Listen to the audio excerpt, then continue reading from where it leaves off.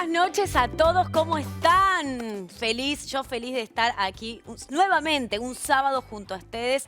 Aquí esto es Desde el Conocimiento. Bueno, la semana pasada no pude estar porque estuve con COVID, como muchos de ustedes que están ahí en sus casas, lamentablemente, pero gracias a Dios ya estoy bien. Le voy a mandar un beso a Agustina Rivas. Muchísimas gracias por poder cubrir, que lo hizo espectacular. Así que bueno, hoy tenemos una noche, les digo, una entrevista más interesante que la otra. Ya están llegando todos nuestros invitados del día de la fecha, pero ¿qué les parece si vamos con los temas del día? Los ministros de Salud y Educación se reunieron con distintas organizaciones para elaborar medidas sanitarias de cara al ciclo lectivo 2022. Hablamos con Jaime Persic para analizar las estrategias para arrancar las clases segure con presencialidad plena. Nos visita la Secretaría de Gestión y Empleo Público, Ana Castellani, para analizar la función pública durante la pandemia y el trabajo realizado por los empleados y empleadas públicas como motor fundamental de las transformaciones puestas en marcha. Histórico, se inauguró un clúster de energía renovable nacional. Hablamos con Fernando Alonso, especialista en recursos energéticos de la Universidad Nacional de Rosario, para que nos cuente de qué se trata este proyecto. Dengue. Después del pico histórico, las autoridades piden estar alertas. Hablamos con Pedro Zapata, bioquímico de la Universidad Nacional de Misiones, sobre las claves para prevenir y estar atentos a esta enfermedad.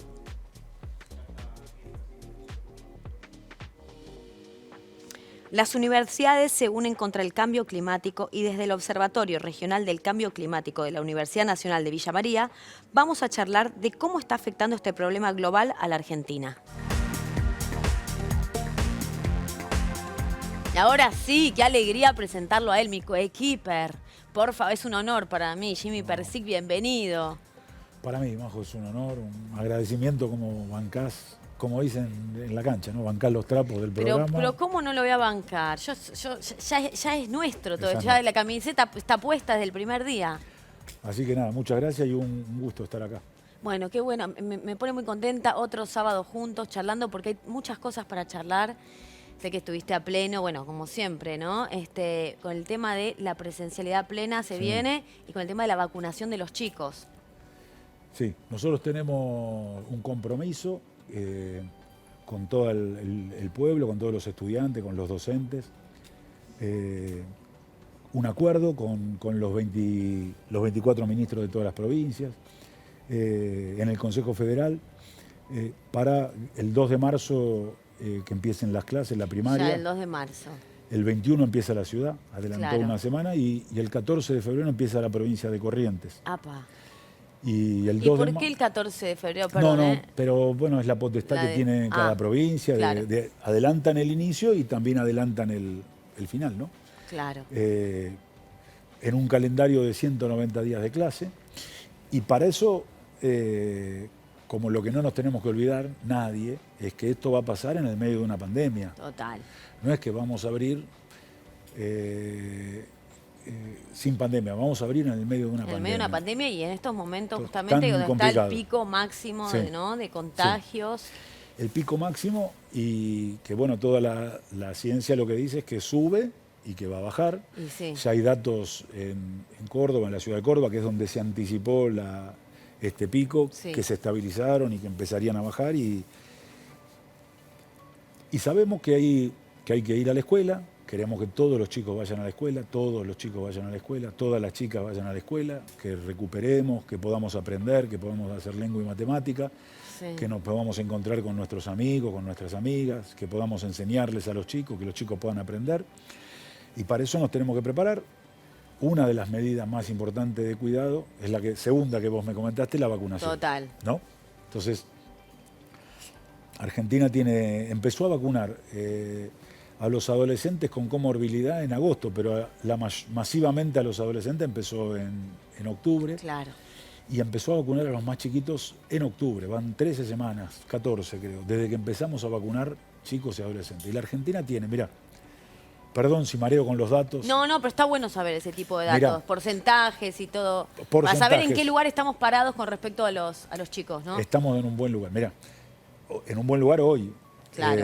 O sea, ya en marzo tenemos vamos a hasta el estar- 2 de marzo que mejorar. Va a mejorar. Pero hoy tenemos, mira, de 12 a 17, la escuela Sí. secundaria, tenemos el 65% de los chicos con el esquema completo. Bien. Y Muy bien. 20% más que lo empezó con una dosis. O sea que ya un 85 estaría Que en arrancó. unos meses. Claro. Y el 65, o sea, tenemos esta semana, 7 semanas que nos quedan para llegar a esos niveles. En los más chiquitos, 3 a 11, que empezamos en octubre, tenemos el 45% con las 2 dosis Sí. y un 21% más con las 2 dosis. O sea, 65. Ahí todavía tenemos que mejorar más, ¿no? ¿Hay resistencia de los padres? Al contrario, ¿crees? yo veo estos números, te digo, en 14 semanas la Argentina federal, ¿no? Todas las provincias, hay provincias que están más arriba, hay las provincias que vacunaron en las escuelas, tuvieron están en niveles de arriba del 80%. Claro. Son Súper niveles bien. muy buenos. Pero, y esto nos tenemos que ayudar entre todos, Sí. además de la vacuna del COVID, hay que Sí. darse Todo el resto de las vacunas. todo el también. resto de las vacunas. Entonces tenemos que aprovechar este verano para el 2 de marzo ir a las escuelas con todo el calendario de vacunación completo, todos. Ahí está la placa, Jimmy, perdón que interrumpa lo que estabas diciendo, mira, con Bueno. los porcentajes. Mira, Ahí eso está se ve- ilustrando. ¿Ves? Aquí dice el 77.4 de los niños y niñas adolescentes de 3 a 17 años iniciaron el esquema. Ahí Mirá. está un poco, bueno, la ilustración de lo que vos nos estabas mira, contando. son datos que la Argentina reflejan lo contrario, que el pueblo argentino quiere la vacuna, la Claro, valora. Y por eso ayer estuvimos el miércoles, Sí. estuvimos con Carla Bisotti, con la Sociedad Argentina de Pediatría, con la Organización Panamericana de la Salud, con UNICEF, con la Defensora de los Derechos de los Niños, con la idea de vacunar contra el COVID y todo el carnet de vacunación. Claro. Todo el carnet. Todo junto. Todo junto. O sea, Porque la vacuna en la Argentina es un carnet de ciudadanía, ¿no? Total. La Argentina valora la vacuna, hay que vacunarse.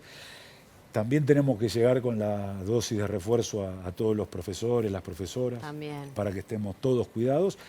Y los adultos nos tenemos que dar también las vacunas que nos toca, la doble viral, la de la hepatitis, nos tenemos que todos vacunar. Me parece que es una oportunidad, dentro Total. del drama que vivimos, entender que las vacunas nos cuidan, que nos salvan, que nos cuidamos entre todos. Hay vacunas de los adultos,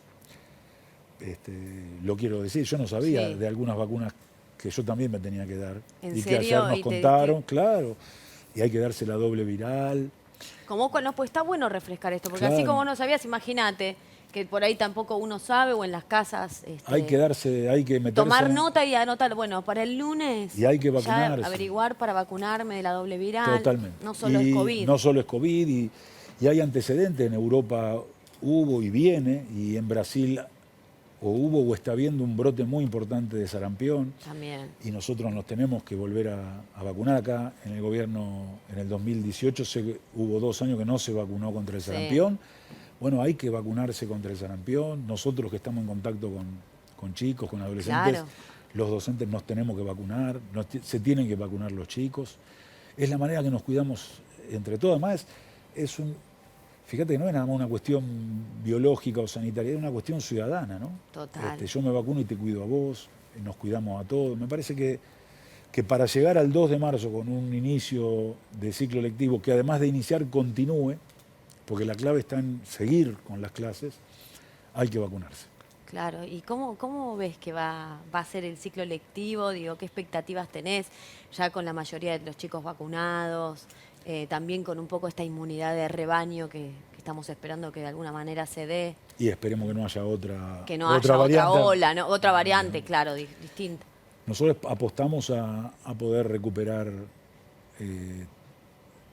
saberes y poder recuperar contenidos, ¿no? Y creemos que la prioridad, y tenemos que entre todos convencernos, crear con esto un proyecto nacional. Lengua y matemáticas son lo que tenemos que recuperar. Bueno, son habíamos visto, ¿viste? programas atrás hemos hablado de los libros que ustedes estaban Estamos con los libros. repartiendo, ¿no es cierto?, de lengua y de matemáticas que estaban buenísimos Lengua y matemática en primaria. en primaria, claro. Libro de literatura en el nivel inicial, todo para cada chico. en la mochila de los chicos, va a la casa en la mochila de los chicos, Son sale... libros o sea, para cada uno, Personales. personales y de ejercicios, ¿no? Para rellenar ahí mismo. Y de literatura en primaria, en nivel inicial. Entonces, mejorar los procesos de alfabetización inicial en el jardín y en el primer ciclo de la primaria, asegurarnos que todos los chicos tengan esos saberes masivos para todos a lo largo y a lo ancho de la Argentina. Para leer y escribir, hay que leer y escribir todos los días y a eso queremos que la escuela nos dediquemos todos en eso. Y para hacer matemática, hay que hacer matemática todos los días. Todos los días. Desde los más chiquitos hasta los grandes, y a eso queremos poner entre todos, construir de eso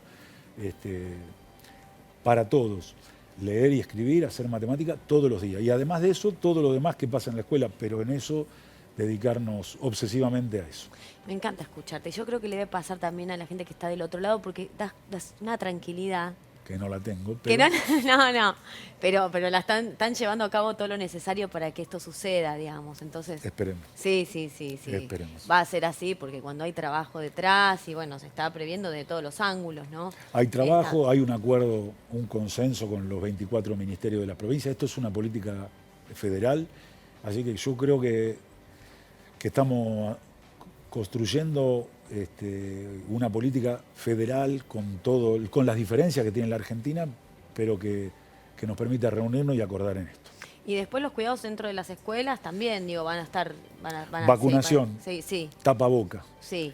Distancia, lavado permanente de mano, higiene personal y ventilación. Perfecto. Abrir la ventana, no un rato y cerrar otro, sino todo el tiempo abierta la ventana y la puerta. Y el tapabocas todo el tiempo también. Tapabocas todo el tiempo. Vacunarnos. Sí, vacunarnos y vacunar. Tapabocas, distancia, lavado de manos y ventilación. Y ahí está, vacunarnos. Lo dijo Jimmy Persic. Gracias, Jimmy. Gracias a vos. Bueno, ahora continuamos con Vamos el resto del programa. Arrancamos. Vamos con el programa.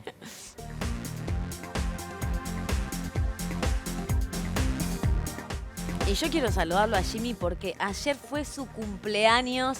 Bueno, Jimmy, querido. Gracias. Feliz cumpleaños por ayer. Muchas gracias. Bueno, festejaste algo, por lo menos en familia, sí, tranquilo. Sí, tranquilísimo. Muy tranquilo, en pandemia.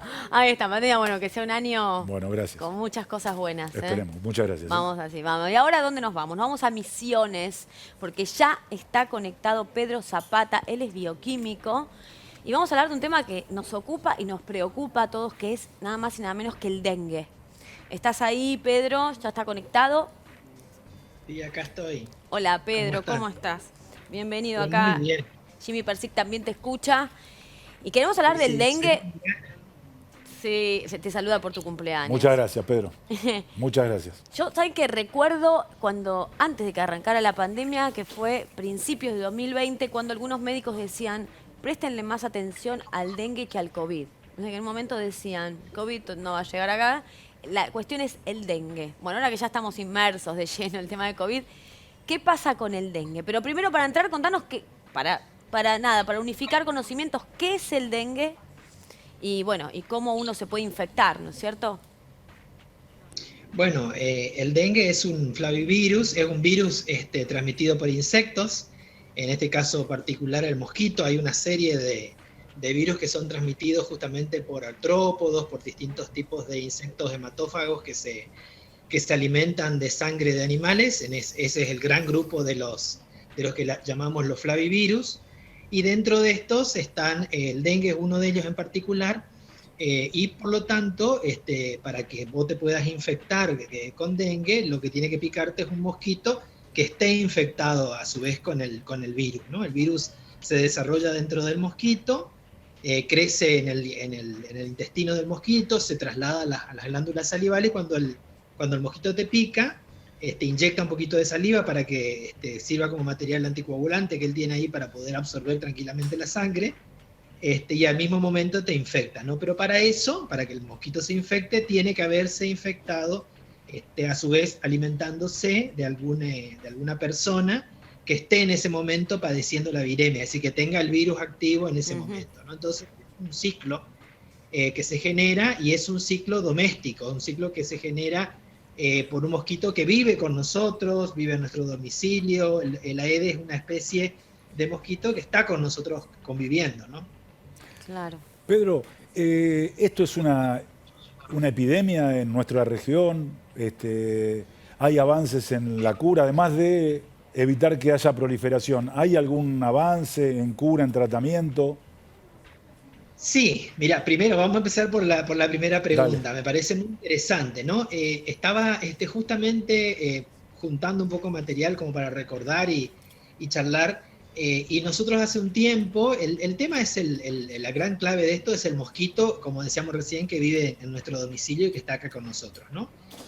Hace un tiempo atrás habían disminuido mucho los casos porque no habían bajado mucho la población de mosquitos, pero a partir del 2016, 17, 18, se ha ido generando un incremento paulatino del número de casos en la región, digamos. Es una enfermedad endémica en realidad, pero ha habido un pico importante durante los últimos años. Mira, ahí por ejemplo estaba sacando cálculos que están disponibles ahí en el Ministerio de Salud de nuestro país.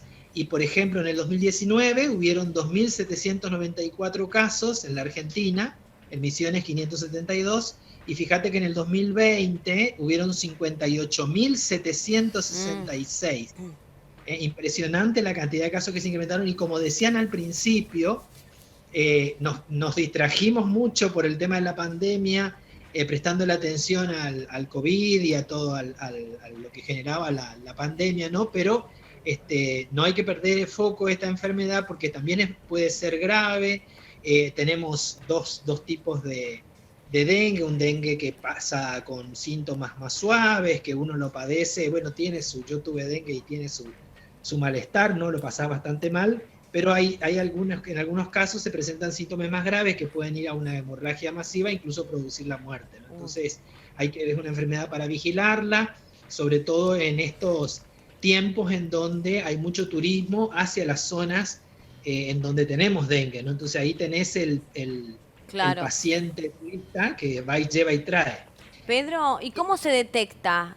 ¿Cómo se detecta? Por los síntomas, ¿cómo se detecta que es dengue? Y cómo es el tratamiento, si es que tiene. Claro, ahí Jimmy justo preguntaba también por el tratamiento. Bueno, mira, para detectar, bueno, vos tenés síntomas clásicos, ¿no? Para las zonas, la gente que vivimos en zonas donde hay dengue, el malestar prolongado, con fiebre repentina que aparece de golpe, y la mayoría de las veces está acompañado por petequias, así se te llena parece un sarpullido en la piel. Bueno, eso es un síntoma bastante característico y patognomónico, que puede ir acompañado de otros síntomas, ¿no? Diarrea, vómito, malestar general.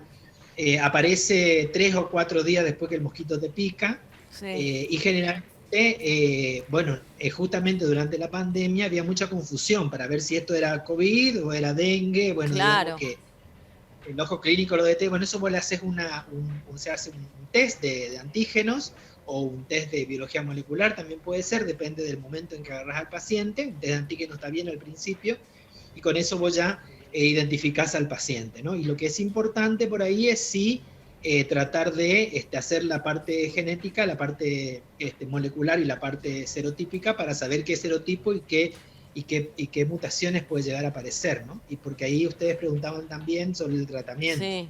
El tratamiento del dengue es sintomático. Vos tenés que guardar reposo, tomar mucha agua, no tomar estos analgésicos, no tomar los que llamamos el grupo de los AINE, es decir, no aspirina, no ibuprofeno, paracetamol se puede tomar si hay mucho dolor de cabeza, si la fiebre es muy alta, y recurrir al médico, obviamente, consultar al médico, pero en general el dengue cursa con un cuadro que se mantiene bien en el domicilio, no hace falta internación, salvo que al final, después de que pasa el periodo de fiebre, ahí es un periodo donde hay un proceso donde existe lo que le llamamos mucha extravasación plasmática, quiere decir que el agua que está circulando en la sangre sale hacia los tejidos, y ahí es donde la enfermedad o remite o puede ir hacia un dengue más grave, con hemorragias, con otros síntomas, que ahí es donde el paciente tiene que estar vigilado, ¿no? Sería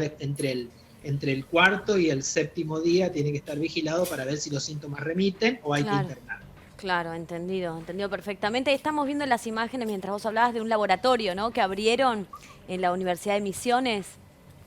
Sí, sí, Ahí sí. digo, ustedes Nos- también llevan a cabo las investigaciones acerca del dengue, por ejemplo. Sí, la Universidad de Misiones tiene varias líneas de investigación, dengue es una de ellas. Yo soy el secretario de Ciencia y Técnica de la universidad en este momento. Sí, Y bueno, y durante la pandemia, gracias al apoyo del Ministerio de Ciencia, Tecnología e Innovación y del Ministerio de Educación, lo que hicimos fue encarar un proyecto para mejorar las instalaciones que permitan la investigación en enfermedades endémicas y epidémicas. Esta justamente es una enfermedad endémica claro. que es muy importante atenderla, pero también tener las herramientas para apoyar a la provincia durante la pandemia, y así surge el desafío de este laboratorio que llamamos MADAR.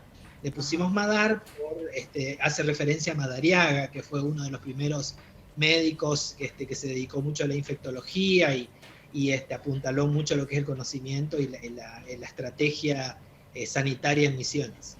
Perfecto, Pedro. Bueno, éxitos con el laboratorio. Muchísimas gracias por poder contar con vos para esta entrevista y por estar en nuestro programa. Muchas gracias a ustedes por la invitación, y siempre es un gusto participar de estas iniciativas. Y bueno, y un agradecimiento, aprovecho de agradecer a ambos ministerios el apoyo que nos dieron, justamente porque hoy en día con este laboratorio podemos empezar a pensar en esto que preguntaba también un poco Jimmy al principio. Estamos desarrollando algunos proyectos buscando antivirales para ver si podemos Bien. encontrar principios activos que puedan actuar justamente para el dengue, ¿no? Porque no hay muchos tratamientos eficaces. Exactamente. Bueno, muchísimas gracias. Saludos para Misiones. Mandamos desde aquí, desde el conocimiento. Muchísimas gracias. Hasta la próxima. Y este es el momento de las noticias universitarias del día de la fecha.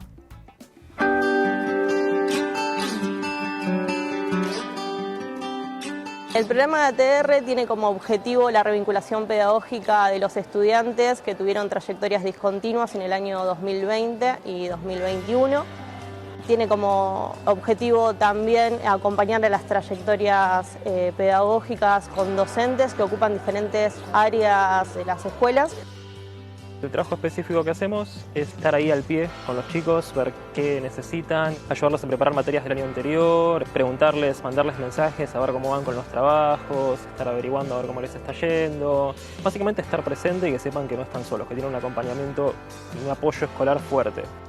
Desde nuestra universidad nosotros convocamos al programa ATR, que es una propuesta del Ministerio de la Provincia de Buenos Aires, para que nuestros y nuestras estudiantes de los profesorados y de la licenciatura participen activamente, porque precisamente tenemos un compromiso muy fuerte con el nivel educativo. También organizamos una charla informativa con la Secretaría de Asuntos Docentes de Hurlingham, a la cual concurrieron estudiantes de manera presencial y difundimos también a través de YouTube, porque precisamente no solamente convocamos y difundimos, sino que también explicamos cómo hacer para acceder a esos módulos y a esas horas. En ese sentido aporta muchísimo para que los estudiantes puedan acreditar sus materias y los padres se queden más tranquilos y acompañen ese proceso pedagógico. Está muy bueno la tarea y el rol que viene cumpliendo la universidad con la difusión, con el apoyo a este tipo de programas de fortalecimiento educativo. Se siente que la universidad está súper presente.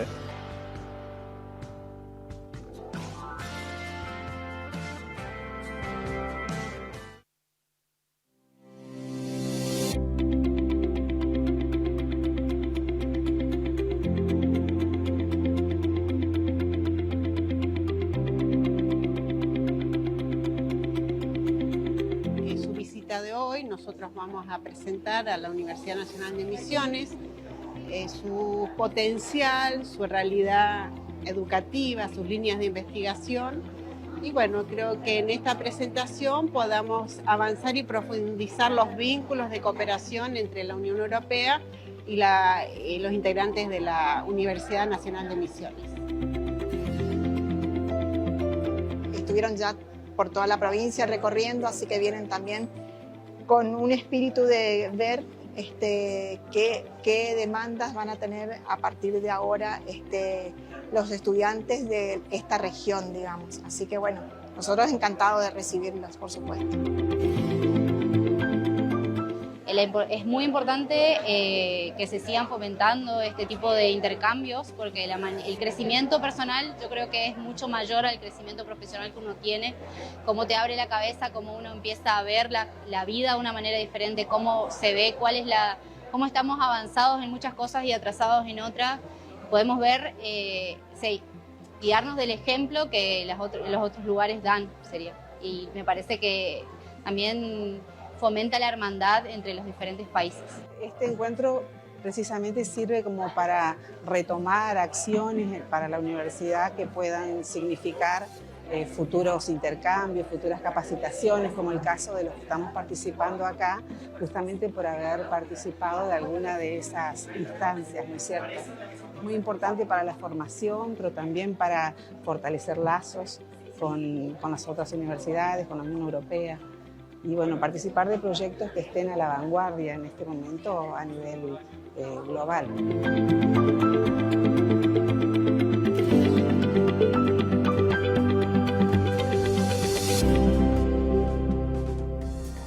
Y eso, hay un tema que es el ahorro de energía, ¿no? Que nos preocupa y nos ocupa a todos, sobre todo en los últimos días lo estuvimos viendo mucho en el día a día. Y para eso vamos a hablar con Fernando Alonso, que está ahí desde Rosario. ¿Cómo estás? Es ingeniero electricista y especialista en gestión de recursos energéticos y ahorro de energía. También es profesor de la Facultad de Ingeniería de la Universidad de Rosario. Bienvenido. Hola, buenas tardes. ¿Cómo les va? Bien, ¿vos cómo estás? Bien, disfrutando del verano rosarino. ¿Disfrutando del verano? Muy bien. Disfrutando, Sí, bueno... del verano rosarino. Se escucha... Del verano rosarino. Del verano rosarino, se escucha bastante lejos. Queremos hablar, bueno, se inauguró un clúster de energía renovable nacional, que se estuvo hablando mucho, ¿no? De este clúster de energía renovable nacional. ¿De qué se trata? ¿De qué estamos hablando? Realmente es una gran noticia que esperemos se concrete en grandes realizaciones. Básicamente lo que se está tratando de hacer es reemplazar de alguna manera todo el equipamiento que compramos en el extranjero por aquellas cosas que pueden hacerse en la República Argentina. Particularmente hay una interesante experiencia que llevó adelante la empresa IMSA Pescarmona en Mendoza, que fue tecnológicamente avanzada en cuanto a la fabricación de aerogeneradores importantes, de gran tamaño. Tuvo una serie de problemas comerciales en Brasil. Bueno, son los avatares de nuestros países. Y bueno, el Estado entró en la empresa y yo creo que ahí existe una gran posibilidad de incorporar tecnología local a un uso que es una tecnología madura. Los aerogeneradores, si bien deben tener un montón de mejoras y aditamientos nuevos, es una tecnología tan vieja como los molinos de viento, ¿no? Creo que ahí tenemos un gran conocimiento y bastante podemos hacer. Particularmente hay 6 provincias que están trabajando en eso. No está la provincia de Santa Fe, yo lo lamento, porque acá en mi zona, en Rosario particularmente, hay una industria metalmecánica muy importante, que puede trabajar perfectamente bien todo esto de las instalaciones para los aerogeneradores, las instalaciones de los paneles y los seguidores solares. Creo que se puede hacer y mucho en la Argentina. De todas maneras, para llevar eso adelante, deberemos salir de las modas y avanzar a paso firme y constante, tratando de hacer lo que en el siglo pasado hicieron, por ejemplo, Mosconi con YPF o Sabio con el acero, ¿no? Donde el Estado realmente toma la bandera, la lleva adelante y en unión con el capital privado plantea el desarrollo. Hola Fernando, buenas noches. ¿Qué serían las modas en términos de energía, ¿no? de energía eléctrica? Y las modas es que, bueno, dada la tecnología de la información, nosotros estamos recibiendo permanentemente avances y formas de desarrollar la energía, y no siempre es conveniente sumarse sin hacer un análisis previo del punto de partida y de lo más conveniente para Argentina. Ejemplo concreto, ustedes han visto que estamos trabajando la transición energética y todo el mundo se rasga las vestiduras, como por ejemplo con esta autorización que hizo el gobierno del presidente Fernández como continuidad de la política petrolera que ha llevado adelante el presidente Macri. Es una verdadera política de Estado, por la prospección de sísmicas que se iban a hacer frente a Mar del Plata. Aparecieron unos videos muy duros, creo que uno de ellos era de Greenpeace, donde una señorita decía una enorme cantidad de pavadas, y lo digo de esta manera porque puedo justificar todas y cada una de ellas en cuanto al trabajo que se estaba llevando frente a Mar del Plata. La que recuerdo, y me viene primero a la memoria, es que iban a estar en la playa viendo las torres petroleras sacando petróleo. Error garrafal, porque las explotaciones petroleras que están planteadas están en una zona que se encuentra más allá de 300 a 350 kilómetros de la costa. Dada la curvatura de la Tierra, uno no puede ver más allá de 18 millares de la costa. Pero bueno, cuando hablo de modas hablo de esto, ¿no? O sea, de subirse porque queda bien, porque es políticamente correcto. Otro de los grandes problemas que vemos es una permanente crítica al desarrollo de Vaca Muerta, al desarrollo del gas en la República Argentina, cuando eso no es así. Nosotros debemos poner en valor cuanto antes el gas que tenemos en la República Argentina, porque sí, en algún momento el mundo va a dejar de quemar gas por el aporte que hace el gas al efecto invernadero, pero mucho antes que eso va a tener que dejar de quemar carbón, que realmente aporta muchísimo más gases de efecto invernadero. Y realmente la transición, que el camino correcto de transición energética pasa por aprovechar el gas, desarrollar el gas y dejar el carbón, para después ver a dónde, digamos, si al hidrógeno o al sueño de la fusión, que realmente sería la solución de energía buena, barata y limpia para todos los habitantes de la Tierra. Claro. Fernando, y digo, esto que nos puede servir un poco también a todos y en el día a día, ¿cómo podemos hacer nosotros para ahorrar energía, digo, en la diaria, para contribuir en ese ahorro de energía? Bien, hay una pata de esto, la transición energética, que tiene que ver justamente con el uso racional de la energía, y es utilizando la energía de la manera más eficaz posible. Ejemplo concreto es tener buenas aislaciones térmicas en la construcción. Ejemplo concreto es utilizar tecnologías de control para que se dejen de tener aquellos consumos innecesarios. O sea, acá viene la anécdota de que cuando uno era chico no dejaba ninguna luz prendida porque lo reprimían. Bueno, ahora, no sé, por suerte, por mejorar el poder adquisitivo, por disminución de los costos, la costumbre de apagar la luz cuando no se usa se ha ido perdiendo un poco. Bueno, existen elementos instalados que uno puede instalar donde transcurrido un determinado tiempo sin detectar movimiento en una habitación, apaga la luz. Sí. Por ejemplo, en la industria, las auditorías energéticas sería lo mejor de todo, porque además cuando uno hace un uso y un consumo racional de la energía está ahorrando por varios caminos. Primero, toda aquella energía que no está siendo aprovechada deja de consumirla, y eso impacta en el equipamiento necesario para producirla. Claro. Si nosotros dejamos todas las luces prendidas, vamos a tener que tener todas las máquinas generando energía eléctrica, mientras que si apagamos aquellas luces innecesarias vamos a tener menos máquinas generando energía eléctrica, y eso significa un ahorro de combustible. Y en el extremo significa un ahorro de inversión también, porque la potencia demandada termina siendo menor. Exacto, bueno, buen dato. Muchísimas gracias, Fernando, interesante este tema. Y gracias por estar aquí en Desde el Conocimiento. Muchas gracias. Buenas noches. Gracias a ustedes, buenas noches. Ahora nos vamos a una tanda, pero vos quedate ahí porque en el próximo bloque tenemos 2 temas muy interesantes. Uno es el rol del Estado durante la pandemia. Y otro tema es universidades juntas luchando contra el cambio climático. No te muevas que ya seguimos con más desde el conocimiento.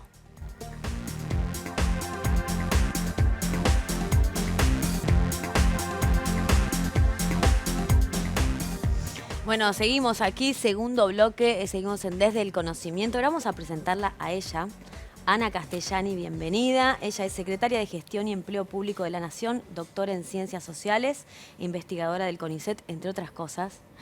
Que nos vas a contar cómo fue la gestión del Estado cuando arrancó la pandemia, durante la pandemia, cómo están ahora, que tuvieron que ponerse a trabajar de una manera totalmente diferente a la que tenían prevista, ¿no es cierto? Sí, hola, ¿cómo estás? La verdad que fue un desafío inédito. Nosotros ya teníamos un desafío que era tratar de recomponer una situación de desprestigio, de maltrato en el que habían estado sometidos los trabajadores y trabajadoras del sector público durante el gobierno anterior, habían sido muy estigmatizados y había un clima laboral muy caído que sabíamos que teníamos que tratar de fortalecer, remontar y consolidar ahí como una herramienta sólida para la gestión.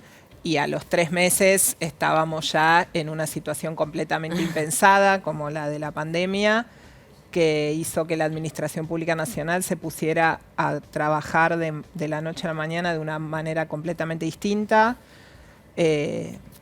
porque tuvimos que trabajar al modo de manera remota, garantizando las condiciones de salud para los agentes públicos, pero además diseñando políticas públicas nuevas que tenían que llegarle a la ciudadanía rápido y bien, de manera remota también, porque había que evitar la circulación. Así que todos aquellos que creen que el Estado es un andamiaje muy enquilosado, un elefante ahí que es difícil de mover, que sepan que fue una de las estructuras que más rápidamente se pudo adaptar a un modo de funcionamiento completamente distinto. Si no tuvieras esa flexibilidad y esa colaboración enorme de los trabajadores y trabajadoras para lograrlo, porque han puesto todo para hacerlo, hubiera sido imposible. Buenas noches, Ana. ¿Cómo estás, Jimmy? El Estado siempre es visto con los problemas que tiene. Nunca es visto con sus soluciones, sus virtudes, su cotidianeidad. ¿Qué hace el Estado en la pandemia? Contanos todo no todo, pero... Sí, el detalle, porque yo estuve hablando antes del aire, es muy interesante todo el trabajo que hicieron en la diaria, digamos, ¿no? Claro, yo voy a tratar de sistematizar solo los desafíos administrativos, ni hablo los del Estado en términos de gobernabilidad, en términos de relación con elites, en términos de los niveles federales de gobierno que requiere articulación con provincias y municipios. Solamente lo que es lo burocrático de la administración pública. Es una administración pública concebida para trabajar de manera presencial y así ha sido concebida durante décadas. Y todas las condiciones laborales están reguladas así, las rutinas laborales y la conducción de los equipos están hechas así. Nosotros tomamos la decisión temprana y acertada a nuestro juicio de reconvertir eso de un día para el otro. Es decir, a partir del lunes que viene se trabaja todo de manera remota. Eso quería decir que los trabajadores desde sus hogares, con sus herramientas al inicio y después nosotros proveyendo en cada una de las jurisdicciones de herramientas, digo, para eso son sus las computadoras, si es que tenían o tal vez no tenían en sus casas, la con la conectividad, claro. Y además en condiciones bastante complejas, porque no era solamente que los trabajadores no circulaban y tenían que trabajar en sus casas, sino que los chicos tampoco iban presencialmente al colegio. Entonces hubo que hacer toda una reglamentación nueva para regular esas condiciones laborales, establecer licencias nuevas para lo que era el cuidado de hijos y garantizar a su vez el funcionamiento de esa administración pública, en donde el 25% quedó trabajando de manera presencial porque era imposible hacer esa tarea sin la presencialidad concreta. Piensen, no sé, en migraciones o en las inspecciones del SENASA o en la atención directa que puede hacer la aduana en un puerto, sin eso, y salud ni hablar, esos son dispositivos presenciales obligatorios, pero después había que readecuar todo el funcionamiento de los equipos a un modo de trabajo remoto para producir políticas públicas muy, muy nuevas, que no tenía nadie imaginado porque el Estado nunca había regulado, por ejemplo, la circulación cotidiana de los individuos en sus aspectos más nimios, como por ejemplo permisos para compras, traslado de hijos en caso de padres separados, etcétera, etcétera. Todo eso se tuvo que regular y todo se tenía que pensar desde el IFE y la ATP hasta estos permisos. Y para que puedan cobrar el IFE, ¿cómo es que lo puedan cobrar sin que ir se a trasladen? claro, tener que ir a un banco, porque los bancos tampoco estaban... Por eso yo creo que nos dejó ahí dos grandes ventajas el Estado. Una es mostrar su capacidad, su permeabilidad para la adaptación, la colaboración y las capacidades que existen ya en el Estado, que obviamente todas para mejorarlas, pero que hay algo ahí que suele no verse porque es mucho más conveniente para los que tienen un criterio fiscalista poner exclusivamente el foco en los problemas para después justificar que hay que hacer ajuste de personal, pero ese personal ha sido ineludible para llevar adelante en muy corto tiempo y de manera totalmente nueva un conjunto de herramientas que le ayudaron a la gente a sobrellevar mejor esta situación tan difícil que nos tocó atravesar. Siempre hay deudas, siempre hay más cosas para mejorar, pero bueno, también fue una gran oportunidad para poder hacer algunos cambios que yo creo que van a quedar para adelante. En eso yo, mientras vos hablabas, pensaba, el Estado construyó hospitales en el medio de la pandemia y el Estado compró millones de vacunas con sus trabajadores, muchos. Porque hay algunos que son de salud, pero otros hacen otros procedimientos, ¿no? Y lo hicieron a distancia, ¿no? Lo hicieron en teletrabajo. Todo lo que es lo sustantivo de la burocracia, que son las áreas bien transversales que existen en todos los ministerios, jurídicos, administración, personal, todo eso se fue a trabajar de modo remoto y logró seguir funcionando, que es lo que no se ve, pero que sin ellos no tenés ninguna decisión política materializada. Los trabajadores y trabajadoras son los que ponen en acto la política pública, la decisión de un presidente o de los ministros y ministras. Si no hay ahí una cadena de acciones que llevan adelante esos trabajadores, no hay forma de que después la ciudadanía acceda a esos productos que el funcionario político pensó que eran los necesarios para resolver situaciones, en este caso acuciantes, como las que se tenían que resolver en la pandemia. Por eso para nosotros, desde la Secretaría y en este gobierno, es clara la idea de que la capacidad estatal más importante es la del empleo público. La del empleo en el sentido de las personas. Después vienen los dispositivos electrónicos, las apps, cómo las vinculás, cómo haces que eso tecnológicamente sea aprovechado para poder brindar un mejor servicio, tener más eficacia y eficiencia. Pero no nos engañemos, si no tenemos personas formadas, dispuestas y bien reconocidas, no hay acción estatal eficaz posible. Absolutamente. Bueno, quiero mostrar el libro que tengo acá que se llama En Pandemia, editado por la UNAUR, ¿no? La Universidad de Hurlingham, en donde hay un artículo tuyo. Mío y de Beatriz de Anchorena. Y Beatriz de Anchorena también, que hablan puntualmente de todo esto que nos estás contando, ¿no? En este artículo. Claro, porque nosotros, para hacer honor al nombre del programa, desde el conocimiento, tuvimos la oportunidad también, porque tanto Beatriz como yo venimos del mundo académico, de trabajar en los dos tiempos a la vez. Por un lado, la atención de la gestión cotidiana y por otro lado, la reflexión en base a los conocimientos previos y a los nuevos conocimientos que fuimos generando. Nosotros tuvimos todo un área, por ejemplo, que produjo datos sobre procedimientos administrativos y sobre empleo público en la pandemia. ¿Para qué? Para que en base a esos datos pudiéramos tomar decisiones. Total. Nosotros somos convencidos de que uno no está en la gestión solamente para atender el día a día. Ese es el tiempo presente. Vos te estás pensando siempre qué tiene que venir para adelante, qué tiene que cambiar para que las cosas funcionen mejor, y para eso tenés que saber qué es lo que se hizo y qué es lo funcionó. ¿Qué conocimiento hay producido que te permite enriquecer y mejorar esa situación? Trabajo a tres tiempos, que es bastante difícil, pero no imposible. Muy bueno, la verdad, el trabajo. Bueno, felicitaciones. No, por favor. Por toda la gestión, por todo el trabajo, a todo el equipo. Gracias. Que es muchísima gente. Y bueno, aquí está el libro En Pandemia, que hay muchos especialistas que también colaboraron escribiendo en este libro, así que ya lo tienen, En Pandemia, de la UNAUR. Muchísimas gracias. No, por favor, gracias a ustedes. Por venir.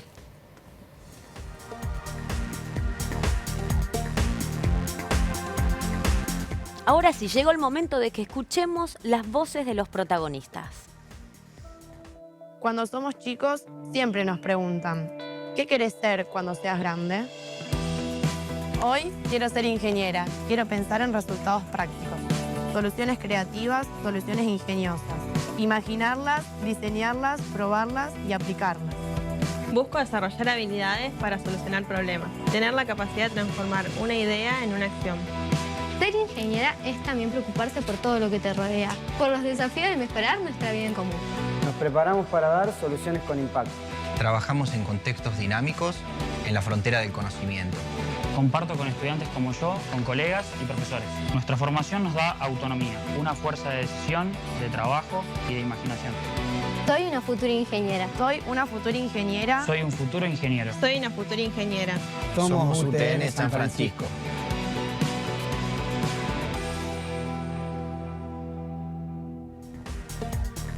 Quiero agradecer a Mi Gusto Empanadas, que nos mandan las mejores empanadas de todo Buenos Aires. Bueno, son de Mi Gusto. Le mandamos un beso al dueño que siempre nos ve, a Sergio, y que traen empanadas para todo nuestro equipo. Pero si todavía vos no cenaste, podés pedir o empanadas de Mi Gusto, tenés la opción de sushi. Porque también nosotros son nuestros amigos, Otaku Sushi. Llamás, esa es nuestra recomendación, es un sushi espectacular. Y podés seguirlos también en su Instagram, que es @sushiotakuar. Y otro tema muy interesante que nos compete a todos, que es el cambio climático. Todo el tiempo estamos hablando del cambio climático, mucho frío, mucho calor. ¿Qué está pasando? Bueno, para eso vamos a hablar con Fernando Forgioni, que está vía Zoom. Él es ingeniero agrónomo, docente de la Universidad Nacional de Villa María y fundador del Observatorio Regional de Cambio Climático de la misma universidad. Bienvenido, Fernando, buenas noches. ¿Qué tal? Buenas tardes, buenas noches, perdón, se me confunden los horarios. Estás metido ahí trabajando, investigando y viste, ya no sabés dónde estás. ¿Sí? Pero estamos... No sé si es de día o de noche, ya Claro. viste, pasan los días y no te das cuenta. Me encanta ese acento ahí, cordobés. Pero bueno, para arrancar, ¿qué es el cambio climático? ¿Dónde estamos parados con respecto al cambio climático? Bueno, es muy buena la pregunta que haces porque hay mucha gente que se lo confunde al cambio climático. El cambio climático es un fenómeno que ha tenido lugar a lo largo de la historia del planeta Tierra, pero ¿qué pasa? Nosotros ahora lo estamos viviendo potenciado por la influencia que tenemos como humanos sobre el clima, ¿no es cierto? Claro. Cuando nosotros realizamos actividades que emiten los famosos gases de efecto invernadero, ¿sí? Vienen a potenciar un fenómeno que es natural en la Tierra, que es el efecto invernadero, ¿sí? Que sin el cual no viviríamos porque la temperatura estaría por debajo de cero. Pero ¿qué pasa? Todos los gases que nosotros emitimos a la atmósfera contaminan y potencian el efecto invernadero. Entonces, en los últimos años, los últimos 60 años sobre todo, hemos visto de manera casi exponencial, te diría, muy, muy elevado este fenómeno. Esto empezó desde la revolución industrial, ¿no es cierto? Cuando se dio la revolución industrial, empezamos a emitir mucha cantidad de gases de efecto invernadero, pero bueno, en los últimos 60 años esto ha ido en un aumento asombroso y bueno, se ha empezado a documentar el fenómeno del cambio climático, le llamamos antropogénico, porque es causado por los humanos.